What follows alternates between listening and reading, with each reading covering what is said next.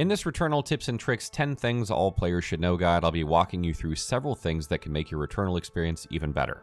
Returnal is a fantastic roguelike game, but you can save yourself a lot of time by understanding a couple of basic concepts and by doing some very specific things. In Returnal, players will make progress before dying and beginning again, often losing much of that progress, but maintaining a varying amount depending on how far they made it and what was present in their game world on that attempt. Returnal is always shifting, and for that reason it is hard to make an exact walkthrough. However, there are things that hold true no matter what, and those are the things I'll be focusing on in this guide.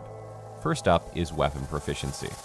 Weapon proficiency increases as you defeat enemies, but also as you find various items around the game world.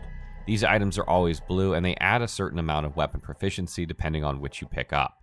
You always want to grab these since weapon proficiency is one of the most important stats you have.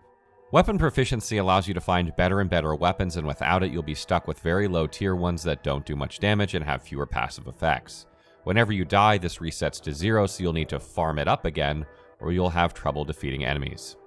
Note that once you reach the second biome, you will automatically gain 5 weapon proficiency levels by picking up an item there immediately once you arrive. This allows you to rush through the first biome and catch up if you don't want to spend a ton of time farming there and want to get on with the game. As you gain more and more weapon proficiency, you will start to find higher tier weapons, and these will come with varying amounts of passive stats as well as other traits that do various things. Not all weapons are created equal, so you really want to pay attention to what you're picking up versus what you have equipped. Sometimes a higher tier weapon is just worse. One example is that bonus damage seems to be the very best passive bonus you can get on a weapon. Trading that for a weapon that has none but better stability is a bad trade-off. Always look for more bonus damage when possible. Additionally, you'll want to consider the type of weapon it is as well, since some weapons just aren't that good, like the pistol. I never use a pistol unless it has significant bonus damage compared to what I have.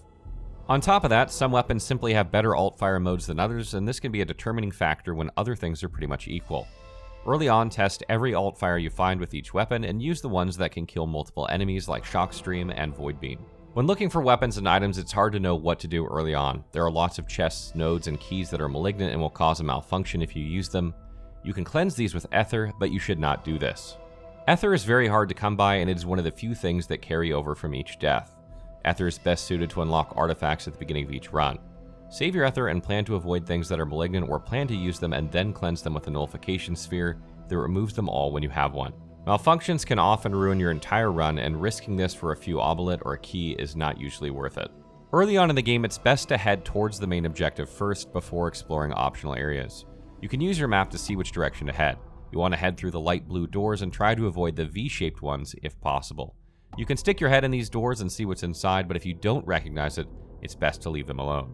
The reason for this is that progressing towards the main objective usually results in you unlocking new equipment that is permanent. This allows you to do things like teleport, melee, and more.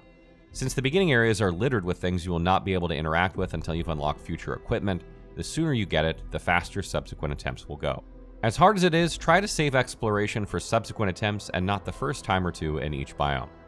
Obolite is not super hard to come by, but you can often blow it on useless items that you almost never need. I strongly suggest saving it until you know you can get a significant upgrade or you can purchase some healing items. Don't waste Obolite on random items, and don't spend it on consumables that have limited effect. You never know when and where you might be able to spend it, so hang on to it if there's nothing good to buy. Additionally, be on the lookout for personal items that say won't let you go, as these will prevent you from dying one time when killed and will heal you a decent amount of health. Overload is a huge part of combat, and mastering it will greatly increase your chances of survival. Overload allows you to hit the fire button again while reloading in order to end the reload early and begin shooting much sooner. Having less downtime between reloads is very important. The best way I've found to accomplish this is to always hold down the fire button when shooting, because rapid pulls will trigger a failed overload when you run out of ammo. Learn to always hold down the trigger when using most weapons, especially the pistol. That way when you run out of ammo, you don't accidentally fail an overload. Once you gain the melee weapon, which is some ways into the first area, you'll be able to melee from that point onward, even on successive attempts. Melee is extremely powerful and can often one or two shot most enemies, even the more deadly ones. Melee has an extremely short cooldown, so it can be spammed even in some circumstances. Note that you will melee in the direction you are facing physically, not the direction you are trying to move. This is important because until you realize this, you'll often miss with your melee attacks. Also note that you must melee enemies that have a red shield around them unless you have the shield breaker alt fire on your weapon. A big part of Returnal is knowing when to engage at range and when to charge into the fray guns blazing. Recognizing these circumstances comes with time, obviously, but there are tells that can help you decipher just what to do. Anytime you open a door that has a very large area or room, you're likely to get swarmed by lots of enemies. It's not always true, but it is more often than it's not, and if you have a crappy weapon or you're not feeling confident, sometimes the best thing you can do is just hang out by the door into this area and pick off enemies. However, there are rooms that lock behind you, and this is not possible, like rooms that are yellow on your map. Don't open them unless you really want a challenge. In these circumstances, you're forced to engage, and often the best thing you can do is move quickly from enemy to enemy, dispatching them as rapidly as you can. Never stop sprinting if possible, as this will make the harder enemies have a tough time keeping up with you, and will help you to avoid damage. And don't forget to use your melee. Be on the lookout for breakable walls. This is one thing you might not even know exists in the game, and you likely won't figure it out unless you're looking specifically for it. They look a little different than most walls, and they can be hard to see, but once you know what you're looking for, they are quite obvious. Behind these walls, you will often find data cubes, though you can find these in other places as well. Data cubes unlock more items that can appear in your game world, making things easier.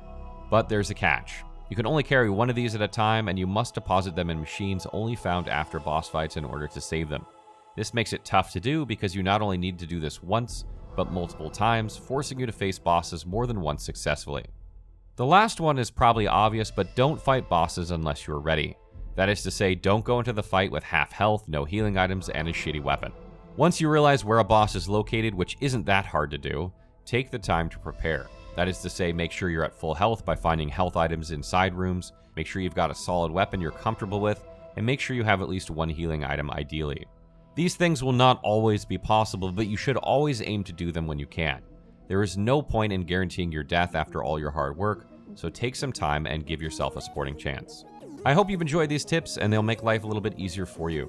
If you have not already, make sure you check out a review of Returnal to hear our thoughts on why you don't want to miss out on this game if you have a PlayStation 5.